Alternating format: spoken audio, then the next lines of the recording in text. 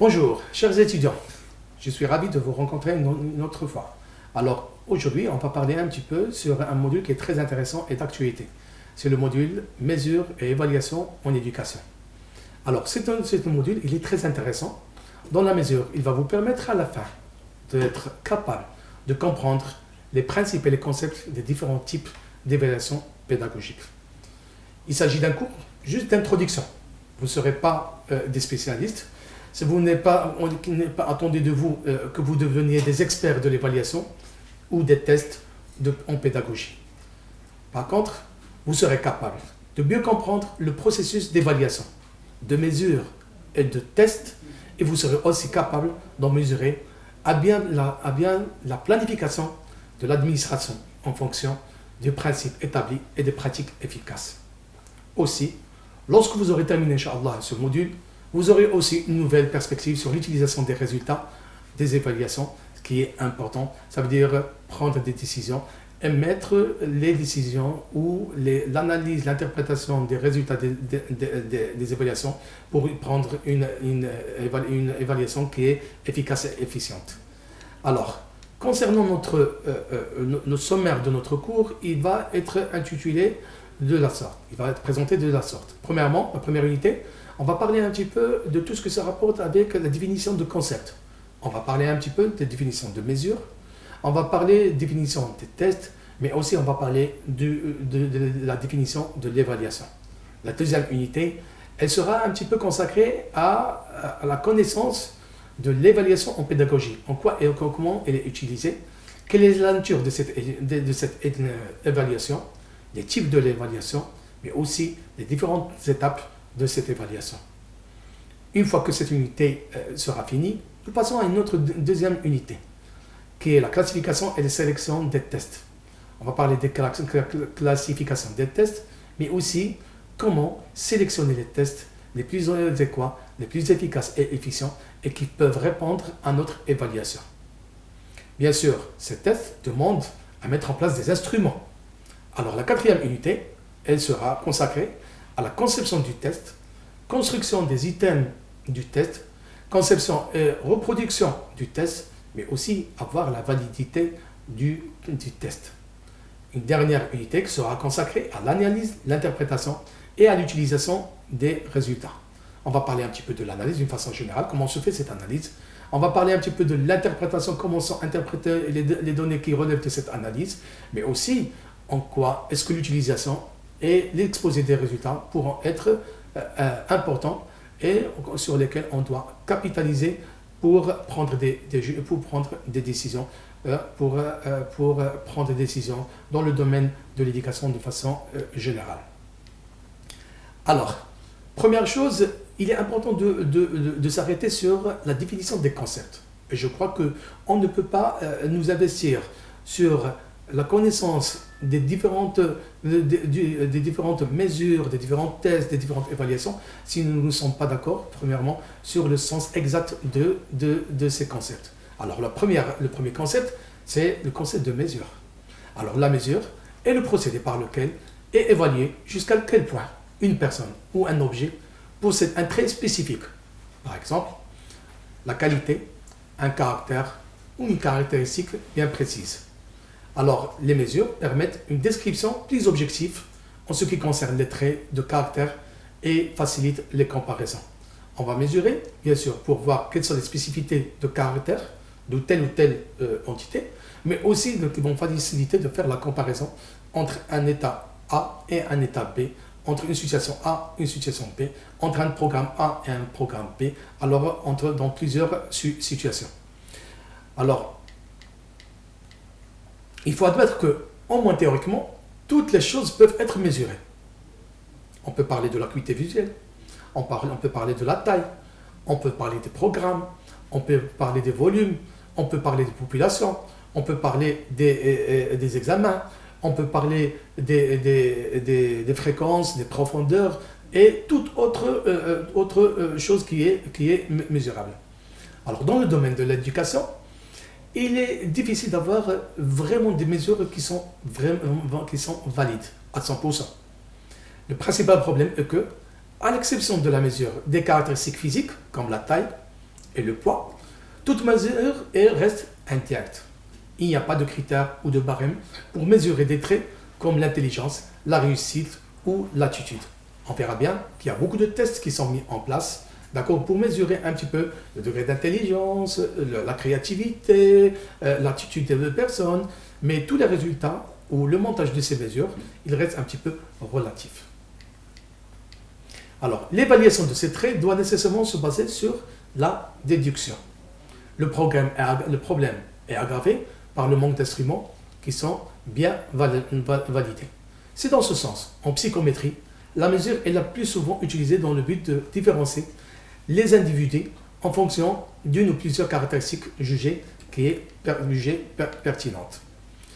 L'idée qui apparaît vers 1880, c'est l'idée que l'accès à la connaissance au sens strict, c'est-à-dire au sens spécifique, scientifique, et que la possibilité d'établir une échelle numérique sur laquelle pourront être positionnés les phénomènes observés afin de les appréhender de manière rationnelle.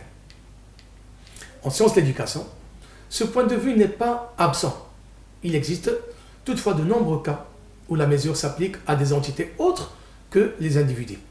Alors, il y aura les items d'un test pour déterminer leur niveau de difficulté, les objectifs d'un programme de formation pour déterminer jusqu'à quel point ils sont maîtrisés par une population d'élèves, et les étapes d'un processus d'apprentissage pour déterminer aussi l'importance du progrès enregistré lorsqu'on passe de l'une à l'autre. Alors, est-ce que l'acte de mesurer est un acte qui est spécial, qui est coordonné, ou c'est un acte qui passe par des étapes bien précises? Alors, l'acte de mesurer comporte une série de réflexions, de décisions et d'actions qui mènent à l'obtention et à la communication d'une mesure exacte et appropriée à un contexte bien donné. Quoique le nombre et l'identification de ces étapes varient quelque peu selon les chercheurs, elles peuvent en général être articulées de façon séquentielle comme suite. Alors, premièrement, déterminer l'attribut à mesurer. Choisir deuxièmement l'unité de mesurer. Déterminer la mesure aussi, mais aussi communiquer le résultat de cette mesure. Alors, première étape, déterminer l'attribut à mesurer. Dans toute situation de problème, faisant appel à l'acte de mesurer, la première étape est de déterminer quel attribut de l'objet doit être mesuré. Alors, par exemple, est-ce que c'est la longueur? Est-ce que c'est l'air, la capacité ou la masse? Alors, pour être en mesure de déterminer l'attribut à mesurer dans une situation donnée, les étudiants doivent bien comprendre le sens de chacune des attributs. S'il n'y a pas de connaissance, il y a une bonne compréhension du sens de ces attributs, on aura vraiment des résultats qui seront erronés. Alors, l'enseignant, c'est dans ce cadre que l'enseignant doit donc leur proposer diverses situations d'apprentissage qui les incitent à s'interroger sur ce que les divers attributs d'un objet représentent et à choisir celui qui leur permettra de résoudre le problème. C'est important. Cette étape, c'est la première étape, elle est importante, c'est de déterminer l'attribut à mesurer. Deuxième étape, choisir l'unité de mesure. Alors, selon l'année d'études ou le niveau de familiarité des étudiants avec l'attribut à mesurer, à choisir une unité de mesure non conventionnelle ou conventionnelle appropriée pour mesurer un attribut quelconque d'un objet. Il importe de choisir une unité qui reflète l'attribut à mesurer et qui se prête bien à la situation. Il est préférable d'utiliser une seule et même unité de mesure. Plus de mesures qui sont différentes, plus les résultats seront différents. Plus on a une seule et même unité de mesure, plus on aura de bons résultats qui sont proches de la réalité. Enfin, il impose aussi que le choix de l'unité tienne compte du degré de décision de la mesure recherchée. Alors, troisième étape de l'acte de mesurer consiste à déterminer si la mesure d'un attribut quelconque d'un objet, c'est-à-dire à donner un ordre de grandeur à l'attribut en le qualifiant en fonction d'une unité de mesure. Alors, à titre d'exemple, au cycle préparatoire et primaire, selon la situation, on utilise généralement l'une des stratégies suivantes pour déterminer une mesure, soit comparée et ordonnée, juxtaposer des unités de mesure ou utiliser carrément un instrument de mesure. Quatrième étape de l'acte démesuré, c'est communiquer le résultat. Une fois que l'élève ou que les élèves ont déterminé la mesure d'un attribut quelconque d'un objet, l'enseignant doit les inciter à démontrer leur compréhension de la mesure obtenue. C'est pas juste un acte de mesurer de façon générale et on va laisser la mesure comme ça. Mais il faut déterminer en quoi c'est comment les étudiants ont compris et comment ils ont compris la mesure et comment ils l'ont obtenue. En communiquant clairement leurs résultats à l'aide de vocabulaire et des unités de mesure appropriées. Nous sommes dans le domaine de la recherche scientifique. Ça veut dire que les concepts que nous allons utiliser, ce sont des concepts qui relèvent de tout ce qui est du domaine académique et universitaire et qui s'inscrit dans le domaine de la recherche scientifique. Alors, nous devons utiliser des concepts qui relèvent et des vocabulaires et des unités de mesure qui sont appropriées dans ce sens. Alors, on a parlé un petit peu de la mesure. Maintenant, on va parler des tests. Tout le monde parle des tests. Tests de psychométrie, tests d'intelligence, tests d'aptitude. Il y a plusieurs sortes de tests. Mais est-ce que vraiment nous avons une idée, c'est quoi un test? Et que, bien sûr, un test, c'est en 1916, Terman utilisa les travaux de Binet et on construisit le premier test d'intelligence mesurant le quotient intellectuel. Après la Seconde Guerre mondiale, les tests se généralisent au niveau international et relèvent de tous les domaines: santé, travail, éducation. Aujourd'hui, les tests bénéficient d'un franc succès et continuent de se développer grâce aux travaux de recherche de nombreux auteurs. C'est quoi un test? La définition, elle est importante. Un test est toute technique permettant de description quantitative ou typologique d'un individu placé dans une situation définie, par référence au comportement d'un ensemble d'individus placés dans les mêmes conditions, les mêmes situations. On va voir ça dans les unités suivantes, notamment quand on va parler de l'évaluation et l'utilisation des tests pour évaluer soit les aptitudes physiques, soit les aptitudes intellectuelles, soit les aptitudes d'intelligence ou d'autres. Un test en psychométrie est un instrument de mesure standardisé d'un phénomène ou d'un trait psychologique. Ça peut être l'intelligence, la personnalité, l'aptitude, la dépression ou d'autres domaines. Alors, il s'agit d'une mesure indirecte d'un trait psychologique, un échantillon de comportement ou d'attitude censé représenter des manifestations de ce trait est utilisé. La plus ou moins grande représentativité des manifestations choisies détermine la qualité de la mesure. Alors, nous avons plusieurs chercheurs qui se sont attelés sur la définition de tests. Alors, pour Pichot, un test mental est une situation expérimentale standardisée servant de stimulus à un comportement. Ce comportement est évalué par comparaison statistique avec celui d'autres individus placés dans la même situation, permettant ainsi de classer le sujet examiné soit quantitativement, soit typologiquement. Alors, nous avons parlé de la mesure, nous avons parlé du test, maintenant nous allons parler de l'évaluation. Alors, c'est quoi l'évaluation? Quelles sont les caractéristiques de l'évaluation? Quels sont les types d'évaluation? Quand est-ce qu'on utilise l'évaluation? Mais aussi, c'est quoi l'évaluation? Alors, l'évaluation est une partie intégrante de tous les systèmes d'éducation et ce, dans toutes les étapes. Elle permet aux éducateurs, aux professeurs, aux gestionnaires, aux chercheurs, aux décideurs et même à la communauté de se faire une idée de ce qui manque et de ce qui est accessible.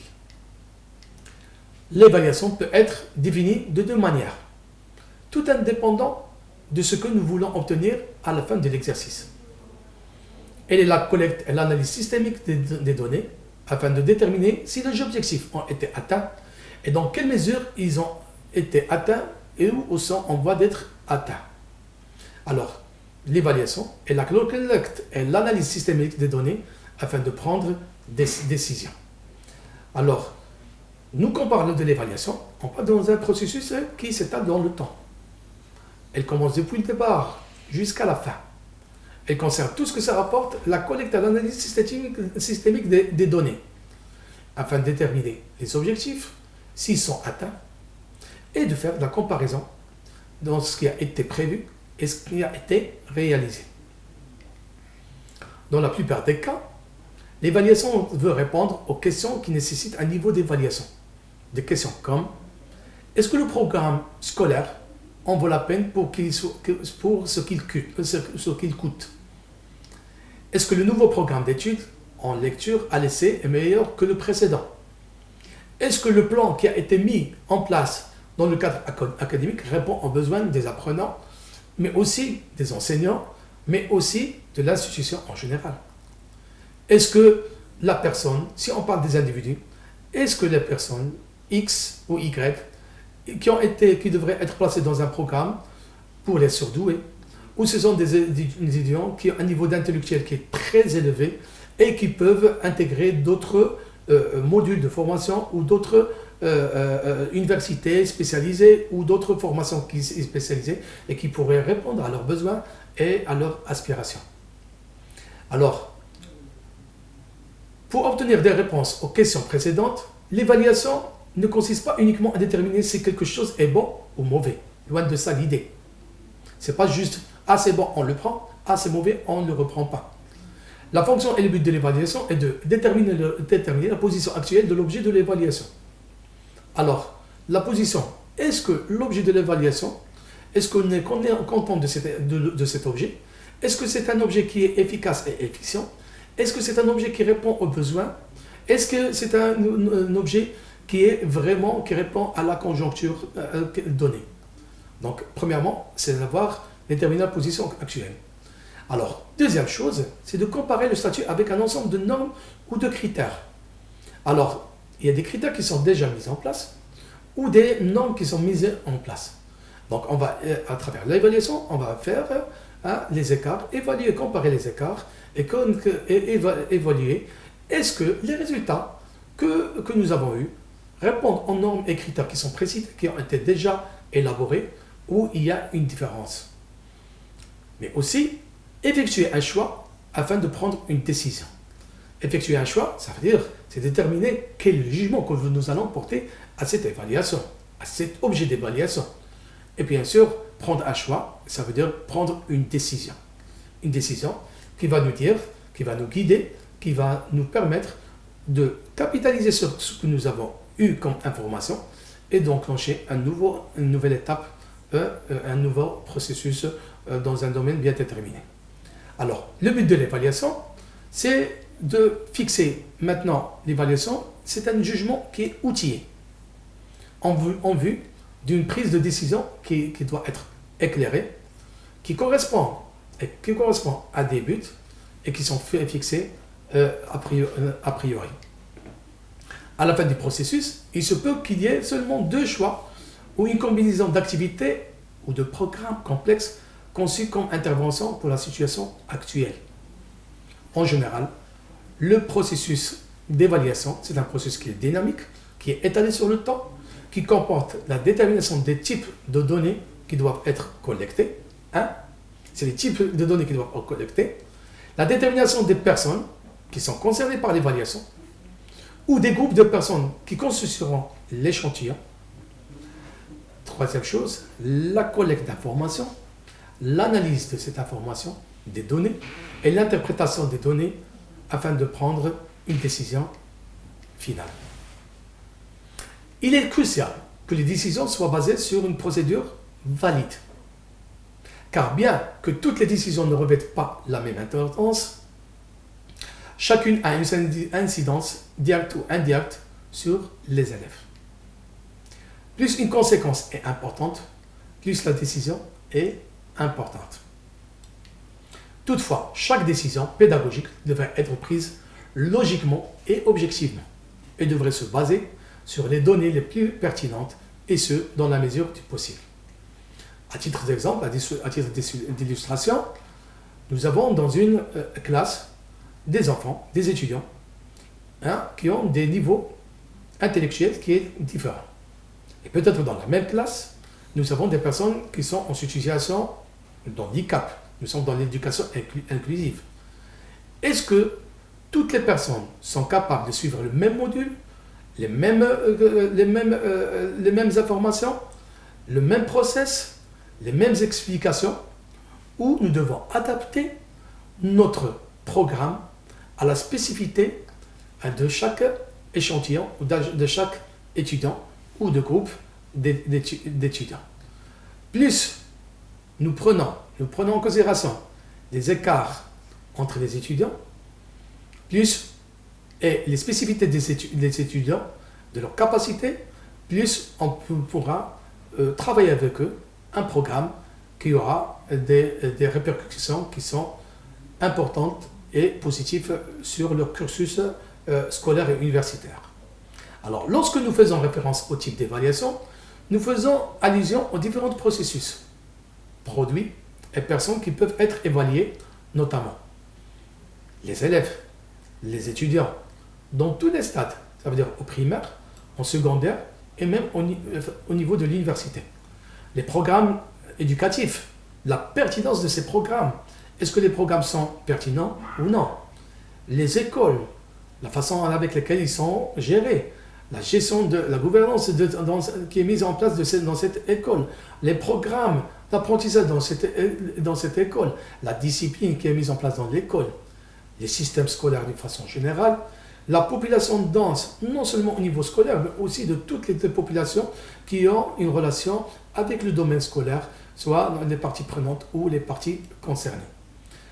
Les programmes ou les projets spéciaux, mais aussi on parle de l'administration et du personnel. Alors, quand nous parlons des différents types d'évaluation, cela ne signifie pas qu'il y a plusieurs processus d'évaluation différents. Non. À la base, le processus d'évaluation reste le même. Peu importe ce que fait l'objet de l'évaluation. Ce qui diffère, ce qui est évalué. Alors, le même processus, on part de l'étape A jusqu'à l'étape Z. Et le processus, il est le même, il est unique, il reste le même. Peu importe ce qui est l'objet de l'évaluation. Ce qui diffère, c'est seulement ce qui est évalué. Comment le processus d'évaluation est appliqué et le type de décisions qui y sont effectuées. Les différents types de données collectées varient en fonction de ce qui est évalué. Divers critères s'appliquent aux différentes données et des types différents de décisions seront prises à la fin. La réussite de l'élève, si on va prendre juste le type d'évaluation de la réussite de l'élève, la réussite est l'une des variables qui font l'objet d'une évaluation de l'élève. Les autres variables importantes comprennent l'aptitude, l'intelligence, la personnalité, les attitudes et les intérêts. Afin d'évaluer la réussite, on peut mettre des tests standardisés qui sont conçus par le professeur et qui sont donnés. Ça peut être des projets. La procédure et les présentations orales sont évaluées et l'observation formelle et informelle est effectuée. Alors le professeur, à la fin, il va se servir de quoi? Des données liées au rendement, non seulement pour évaluer le progrès réalisé par l'élève, mais également pour évaluer sa propre pédagogie. Alors, parfois, nous, professeurs, avec nos étudiants, nous suivons des pédagogies qui sont interactives. Il y a une interaction, il y a l'échange, et des pédagogies qui sont actives. Et bien sûr, lorsqu'on fait une évaluation, on peut évaluer en même temps l'étudiant, ses capacités, son rendement, sa réussite scolaire, mais aussi voir et se questionner sur la pédagogie qui est utilisée et qui est suivie par nous-mêmes dans ce sens. En d'autres mots, le processus d'évaluation des élèves donne de la réattraction au professeur. Ça veut dire, en même temps, je suis en train d'évaluer mes étudiants, mais aussi je suis en train de faire ma propre auto-évaluation. Parce que si je vois qu'il y a une interaction, un échange, un dialogue qui se fait avec les étudiants qui sont présents dans la salle, ça veut dire que vraiment il y a une dynamique qui est créée, et ça veut dire que ce que je suis en train de présenter les intéresse et il y a une compréhension de part et d'autre. Si il y a un gel, il n'y a pas d'interaction, il n'y a pas d'échange, on peut se poser la question. Peut-être que la matière ou la nature de la matière qui est difficile, peut-être que moi, professeur, je n'étais pas capable de faire passer et expliquer et donner des bonnes explications aux étudiants. Alors, si l'élève a atteint ses objectifs, alors le processus d'évaluation des élèves, il va nous donner plusieurs réponses à plusieurs questions. Première question, si l'élève a atteint ses objectifs, ou dans quelle mesure est fourni un enseignement correctif adéquat dans le cas échéant. Si l'élève développe un potentiel, vous savez que les étudiants ou les gens, ils ont beaucoup de potentiel, ils ont beaucoup de capacités, ils ont beaucoup de connaissances. Alors, le fait d'interagir et d'échanger, ça leur permet un petit peu de développer leur potentiel. Mais aussi, le processus d'évaluation, il va nous permettre de connaître les attentes vis-à-vis d'un élève ou un groupe d'élèves en particulier. Parfois, si nous mettons un programme bien déterminé, un module de formation bien déterminé, parce que c'est que nous voulons quelque chose de cet étudiant ou de cet élève. Soit de dépasser une étape bien précise, ou d'exceller, ou de répondre à un modèle, à un module, ou à un programme bien déterminé. Et aussi, le type d'évaluation, il va nous permettre de voir si l'enfant a des besoins particuliers qui ne peuvent être satisfaits en classe ordinaire, et peut recommander qu'un enfant soit placé dans un environnement adapté. Et là, c'est un peu important. On parle tous des pédagogies différenciées. Et nous savons que chaque personne, chaque étudiant, chaque enfant est unique. Il a ses propres capacités, ses propres connaissances, son propre potentiel. Alors, il faut le prendre en considération. On ne peut pas prendre ou considérer tous les étudiants d'une façon qui est pareille. Chacun, on doit évaluer la capacité de chacun, comment il répond au programme. Si nous avons des personnes en situation qui ont des problèmes d'apprentissage, alors ces étudiants-là, ils doivent suivre un programme bien déterminé pour qu'ils répondent à leurs besoins. De l'autre côté, si nous avons des étudiants qui sont surdoués, peut-être on va aller sur des programmes qui sont plus poussés et des programmes où il y aura plus complexe et qui peuvent répondre à leur potentiel, à leur capacité. Alors, une multitude d'autres décisions prises ayant trait aux élèves ne relèvent pas du professeur et celui ne peut pas qu'émettre des recommandations. Alors, là, je suis professeur et je suis dans une classe. Parfois, je sais comment me comporter avec mes étudiants et je sais le potentiel et les capacités des uns et des autres. Mais parfois, il y a des situations où je peux donner soit des recommandations ou des conseils. Notamment, quelle est la place de l'enfant dans un programme particulier. Alors, avec l'équipe pédagogique, nous organisons des réunions de travail et nous essayons un petit peu d'évaluer le niveau de nos étudiants. Parfois, il y a un niveau, les mêmes étudiants, ils ont le même niveau. Mais parfois, il y a des étudiants qui n'arrivent pas à suivre. Et cela nécessite qu'on les mette dans un programme particulier. L'admission d'un élève, autre chose, l'admission d'un élève en classe supérieure. Parfois, nous sommes dans une situation où des enfants ou des élèves qui sont surdoués, qui ont un fort potentiel. Peut-être, comme je l'ai dit précédemment, on peut un petit peu les motiver davantage et les orienter vers des programmes qui sont spéciaux. Ou, bien sûr, des enfants qui ont des problèmes d'apprentissage, ou ils ont des problèmes de dyslexie, des dyscalculie ou d'autres qui doivent être placés dans d'autres établissements scolaires plus spécialisés et qui peuvent répondre à leurs vrais besoins. Alors, nous avons un petit peu parlé, premièrement, de l'évaluation de la réussite scolaire et de l'étudiant. Maintenant, nous allons passer à une autre dimension, c'est l'évaluation du programme éducatif. Quand on parle de l'évaluation du programme éducatif, cette évaluation comporte tout programme ou matériel pédagogique et celle de facteurs comme les stratégies d'enseignement, les manuels, le matériel audiovisuel qui est utilisé et la disposition physique et organisationnelle au niveau de la classe. L'évaluation du programme d'enseignement peut aussi comprendre l'évaluation d'un programme complet ou seul d'un petit aspect du programme éducatif ou en entier comme un film. Alors, nous sommes dans un master qui est éducation insertion des jeunes en situation de difficulté. Et nous voulons faire une évaluation du programme. On peut évaluer un module, comme on peut évaluer une présentation, un exposé, ou on peut évaluer aussi une présentation d'un groupe ou d'un étudiant ou d'un groupe d'étudiants qui se fait au niveau de la classe, mais aussi au niveau du master en entier. Alors, cette évaluation implique aussi des critères internes et externes et des comparaisons. L'évaluation interne voit si le nouveau processus ou produit accomplit les objectifs exposés. En d'autres mots, elle vérifie si ce qu'il prétend faire et évalue aussi les objectifs. Alors, cette évaluation, qui est basée sur les internes, on va voir est-ce que le nouveau processus qui est mis en place a atteint les objectifs qui ont été déjà tracés. Est-ce que nous sommes arrivés à atteindre les objectifs, le but qui a été tracé, ou nous devons fournir plus d'efforts.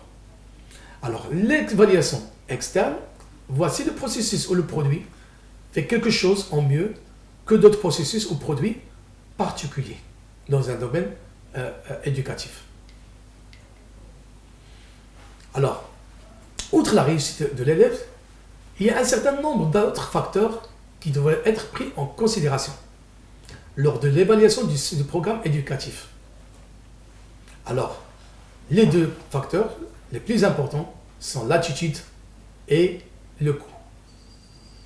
Alors, la recherche a prouvé qu'il y a une relation proportionnelle entre l'attitude du professeur envers le programme d'enseignement et son efficacité ultime. Le principal problème lié à l'évaluation du programme est qu'il est très difficile de comparer équitablement l'efficacité d'un programme ou d'une approche avec d'autres programmes ou approches. Peut-être que c'est une approche ou un programme qui a été développé au niveau de notre faculté et qui a connu un franc succès. Et peut-être qu'il y a d'autres programmes qui se font dans d'autres facultés qui sont proches de ce programme et dont les résultats sont différents et même les objectifs qui sont différents. Donc, la comparaison est équitable, elle est un petit peu difficile. Alors, même si deux programmes traitent de la même discipline, ils peuvent posséder des objectifs très différents et trouver un test ou d'autres mesures qui ont la même justesse ou validité n'est pas une mince tâche. Peut-être que le programme, on va utiliser des tests d'évaluation de ce programme, que même dans d'autres facultés, ils vont utiliser d'autres programmes, ils vont utiliser d'autres tests et que les résultats seront différents. Il y a beaucoup de facteurs qui rentrent dans cette mesure. Alors, si un programme d'études doit être comparé à un autre, les objectifs de chacun doivent être examinés attentivement. Si on ne peut trouver aucune mesure qui s'applique adéquatement aux deux programmes, alors il faut en concevoir une nouvelle. Chaque programme, on va mettre un outil de mesure qui va évaluer le programme. Selon les spécificités du programme, la spécificité de l'objet et la nature du programme, d'accord, mais aussi de celui qui utilise le programme. Et si on ne trouve pas de mesure qui s'applique adéquatement à des programmes, alors il faut en concevoir un autre outil de mesure. Alors, l'évaluation du programme éducatif nous a permis de voir un petit peu que cette évaluation n'est pas une évaluation qui est facile, qui est complexe, qui demande la prise en considération de plusieurs facteurs, notamment de l'apprenant, notamment du programme lui-même, mais aussi d'autres facteurs internes et externes. Alors, si nous partons maintenant pour l'évaluation de l'école. Alors, l'évaluation d'une école, tient compte de l'évaluation de la totalité de son programme d'éducation et comporte la collecte de données sur tous les aspects et du fonctionnement de l'école. Alors, l'école, ce n'est pas juste les salles, ce n'est pas juste l'administration. L'école, ce n'est pas juste les espaces d'interaction, ce n'est pas juste les classes, mais il y a beaucoup ce n'est pas juste aussi le programme d'éducation, mais il y a d'autres paramètres qui rentrent dans cette école. Alors, le but de l'évaluation de l'école est de déterminer dans quelle mesure les objectifs sont atteints et de cerner les points forts et faibles du programme entier. Alors, si nous optons pour une évaluation de l'école et du programme de l'école, alors on va faire une analyse, d'accord, de voir quels sont les points forts, les points faibles, mais aussi quelles sont les opportunités, mais aussi les menaces. Alors, chaque partie, elle est importante. Et plus nous avons des informations sur cette partie, plus nous pouvons concevoir ou atteindre un programme d'éducation qui est plus efficace et efficient. Les renseignements recueillis des programmes d'enseignement fournissent de la rétroaction qui guide les activités prochaines de l'école et qui motive des décisions concernant la répartition des ressources. Parfois, bien sûr, comme j'ai dit, avec le professeur et les étudiants, l'évaluation et la rétroaction, c'est la rétroaction entre ce qui se fait, ce qui est donné avec l'étudiant, mais aussi de voir un petit peu, d'évaluer la pédagogie suivie par le professeur. Aussi au niveau de l'école, c'est de voir un petit peu comment est-ce que les renseignements recueillis des programmes d'enseignement peuvent nous guider pour voir est-ce qu'on va maintenir les mêmes programmes ou on va prendre de nouveaux programmes ou diversifier les ressources qui sont mises à notre disposition. Alors, un aspect principal de l'évaluation de l'école est le programme de test pour l'école. Plus le programme de test est complet, plus les données recueillies à partir de ce programme sont précieuses. Un programme de test pour l'école devrait comporter la mesure de la réussite, de l'aptitude, de la personnalité et de l'intérêt. Les tests choisis pour une école doivent concorder avec les objectifs de l'école et être adéquats pour les élèves qui les subiront. En général, l'évaluation de l'école comprend plus que l'administration des tests aux élèves. Elle peut nécessiter des questionnaires, des entrevues, des observations. Bien sûr, tous les données, tous les outils qui vont nous permettre d'avoir des informations, de relever plus d'informations sont nécessaires. On peut utiliser les questionnaires avec plusieurs questions, d'accord? On peut utiliser des entretiens et des entrevues avec les décideurs, avec le corps enseignant, avec les étudiants même, avec l'administration, ou même faire des observations qui sont directes ou indirectes, qui vont nous permettre d'avoir une levée d'informations et bien sûr qui vont nous permettre de prendre des décisions.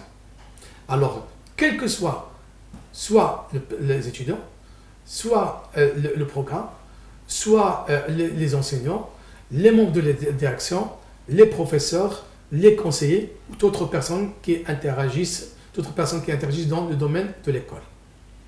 Alors, une autre évaluation qui est aussi importante, on a parlé un petit peu de l'évaluation de la réussite scolaire. Nous avons parlé un petit peu de l'évaluation des programmes éducatifs. Nous avons parlé de l'évaluation de l'école. Mais aussi, on va parler maintenant de l'évaluation des populations denses. Alors, pas forcément la population dense, on ne parle pas seulement au niveau de l'école, mais on parle de toutes les parties prenantes et parties concernées qui interagissent dans le domaine universitaire et dans le domaine scolaire. Alors, l'évaluation de la position actuelle, cette évaluation des populations denses comporte l'évaluation de la position actuelle et les progrès éducatifs d'un grand nombre d'élèves, généralement répartis dans une grande région géographique. On ne va pas se limiter dans la région seulement de Rabat, mais peut-être qu'on va s'ouvrir sur d'autres régions bien déterminées, où nous allons nous concerter sur une région bien déterminée. Alors, les programmes d'évaluation couvrant tout un État sont généralement fondés sur l'idée que le système éducatif de l'État est responsable de la réalisation de certaines compétences fondamentales exigées chez les étudiants pour fonctionner efficacement dans notre société. Alors, l'évaluation couvrant tout un état comporte généralement l'évaluation d'un nombre minimum d'objectifs éducatifs et d'objectifs facultatifs qui nous servent de tests critériels et normatifs. Et on va parler un petit peu des tests critériels et on va parler des tests normatifs et on va donner bien sûr toute une explication les concernant. Alors, on va passer à une autre type d'évaluation. C'est l'évaluation de projets et de programmes particuliers. Les projets et les programmes particuliers comprennent tous les efforts concertés qui ne font pas partie, à vrai dire, des programmes d'éducation ordinaires. Généralement, ils sont modernes et la durée de leur existence varie en fonction de leur succès. Que cela soit exigé ou non, la tenue d'une évaluation est d'un intérêt primordial pour un projet ou un programme, étant donné qu'elle constitue la seule façon valide de vérifier son efficacité. Aussi, nous avons un autre type d'évaluation. C'est l'évaluation du personnel. Cette évaluation qui comporte l'évaluation de toute personne responsable, directement ou indirectement, des résultats pédagogiques, ça veut dire des professeurs, des gestionnaires, des conseillers, des orientateurs et d'autres. Alors, comme je l'ai bien dit précédemment, on a appris que ce secteur d'évaluation est très complexe et compliqué. En effet, il est difficile de déterminer les comportements qui doivent être évalués. Alors la meilleure façon et la meilleure solution au problème de l'évaluation du personnel est de collecter de nombreuses données juste provenant de sources très diversifiées dans la mesure du possible. Chers étudiants, j'ai essayé un petit peu de parler dans cette première unité, de vous donner un petit peu une définition des différents concepts que nous utiliserons dans tout ce module. Nous avons parlé un petit peu, donné la définition de mesure, nous avons donné la définition de test, nous avons aussi donné la définition de l'évaluation. Nous avons aussi parlé des différents types d'évaluation, alors notamment l'évaluation des programmes scolaires. Nous avons parlé de l'évaluation de l'école. Nous avons parlé aussi de l'évaluation des populations denses. Nous avons parlé aussi de l'évaluation de projets et de programmes particuliers. Et bien sûr, nous avons terminé notre présentation par une évaluation du personnel. La prochaine séance, Inch'Allah, sera consacrée pour parler un petit peu de quels sont les types d'évaluation. On va parler des trois formes de base de l'évaluation, notamment l'évaluation prédictive ou diagnostique, l'évaluation formative, mais aussi l'évaluation sommative. Mais on va parler d'autres types d'évaluation, comme l'évaluation, comme j'ai dit, formative, sommative. On va parler un petit peu de l'évaluation épistée. Nous allons parler aussi de l'évaluation critériée. Nous allons parler aussi de l'évaluation certificative. Nous allons parler aussi de l'évaluation normative.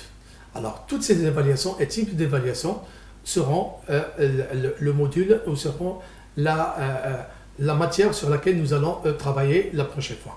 À cet effet, je vous demanderai, s'il vous plaît, de faire une petite recherche sur ces différents types d'évaluation, mais aussi de venir avec des propositions d'exemples et de cas concrets pour que l'on puisse mieux comprendre et appréhender ces différents types d'évaluation. Je vous remercie.